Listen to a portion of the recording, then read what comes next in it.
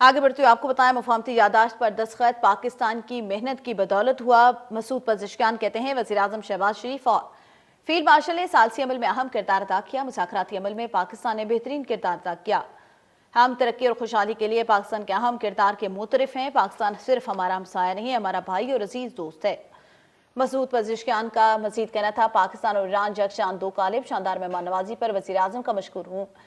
صدر مملکت، وزیر اعظم اور فیلڈ مارشل سے تعمیری ملاقاتیں ہوئیں۔ ملاقاتوں میں دو طرفہ تعلقات اور خطے کی صورتحال پر تبادلہ خیال ہوا۔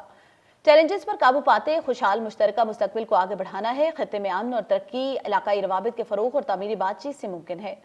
امن عمل کے لیے قطر، ترکیہ، سعودی عرب، مصر اور دوست ملکوں کے شکر گزار ہیں۔ پاکستان اور ایران کے تعلقات منفرد نوعیت کے حامل ہیں، ایسا کہنا تھا مسعود پزشکیان کا۔ اسلام آباد اور تہران کے درمیان تعلقات قریبی اعتماد اور باہمی احترام پر مبنی ہے۔ ماضی قریب میں ہونے والے واقعات نے دونوں ملکوں کے قریبی رشتے کو نئی جہت دی ہے۔